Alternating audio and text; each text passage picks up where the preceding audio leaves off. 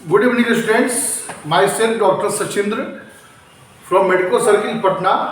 और आज हम लोग एक खास टॉपिक पर डिस्कशन करने जा रहे हैं। अभी तक का जो वीडियो हमने बनाया था वो नॉर्मल एनाटॉमी फिजियोलॉजी से रिलेटेड था, लेकिन आज कुछ हट करके हम पढ़ाई करेंगे। सबसे पहले हम जानेंगे कि जो लिखा हुआ है कि pathology versus medical surgical nursing MSN, ये नर्सिंग का एक इम्पोर्टेंट सब्जेक्ट है और स्टूडेंट्स के दिमाग में बहुत सारा भ्रम भी आता है कि क्या दोनों सेम है या दोनों में कोई अंतर है, और अंतर है तो क्या अंतर है, उसके बारे में शॉर्ट डिस्क्रिप्शन शॉर्ट वीडियो के द्वारा हम आपको बताना चाहते हैं। तो हम जानेंगे कि पैथोलॉजी क्या होता है और मेडिकल सर्जिकल नर्सिंग में हम क्या पढ़ते हैं, इसके बारे में हम जानेंगे। पैथोलॉजी एक बहुत बड़ा इंपॉर्टेंस रखता है मेडिकल साइंस के लिए। पैथोलॉजी शब्द ही एक अपने आप में अथाह समुद्र है। तो पैथोलॉजी इंडिकेट करता है पैथो प्लस लोगोस। पैथोज मतलब होता है सफरिंग और लोगोज मतलब होता है टू स्टडी। तो सफरिंग का स्टडी मतलब डिजीज का स्टडी। तो पैथोलॉजी एक मेडिकल साइंस का ऐसा ब्रांच है जिसमें कि हम डिजीज का स्टडी करते हैं। तो आप जानते हैं कि डिजीज भी दो प्रकार का होता है, एक जनरल डिजीज और एक सिस्टेमिक डिजीज। जनरल डिजीज किसी भी व्यक्ति को हो सकता है, जनरल पैथोलॉजी जैसे inflammation, cell injury, gangrene, body के डिफरेंट पार्ट्स में हो सकता है। लेकिन सिस्टेमिक डिजीज की अगर हम बात करेंगे तो जो बीमारी सिस्टम वाइज होता है उसको सिस्टेमिक डिजीज कहते हैं। तो पैथोलॉजी और MSN में जो क्या अंतर है, मेन अंतर हम बताने जा रहे हैं। पैथोलॉजी में वो हर एक बात पढ़ना है जो MSN में दिया हुआ है, लेकिन पैथोलॉजी सबसे ज्यादा महत्व एक टर्म को देता है, वो टर्म है पैथोजेनेसिस।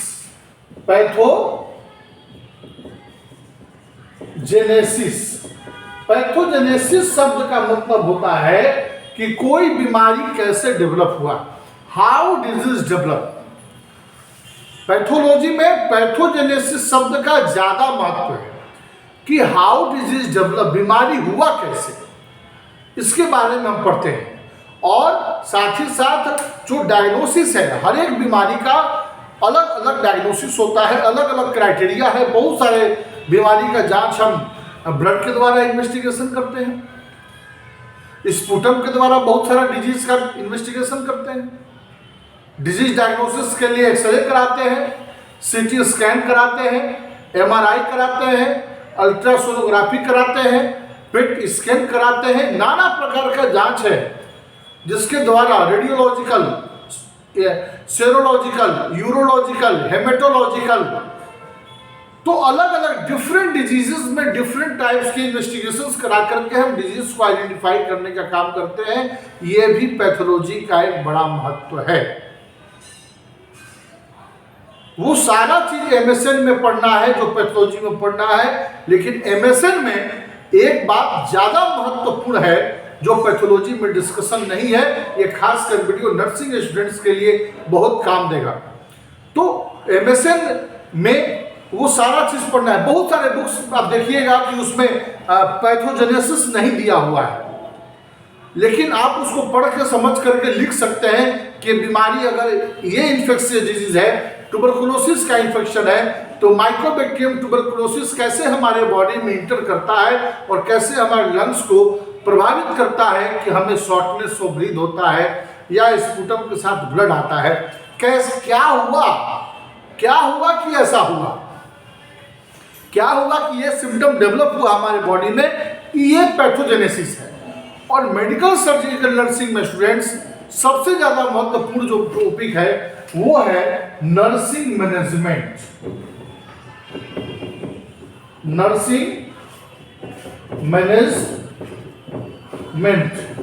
कि आप बीमारी के अनुसार कुछ कॉमन मैनेजमेंट भी है स्टूडेंट्स, जो कि आप जैसे प्रॉपर बेड रेस्ट, पेशेंट को कंफर्टेबल जोन में हम रखेंगे, आइदर वॉट एवर डिजीज में भी, बीमारी कोई भी हो लेकिन पेशेंट को हम कंफर्ट जोन में रखेंगे।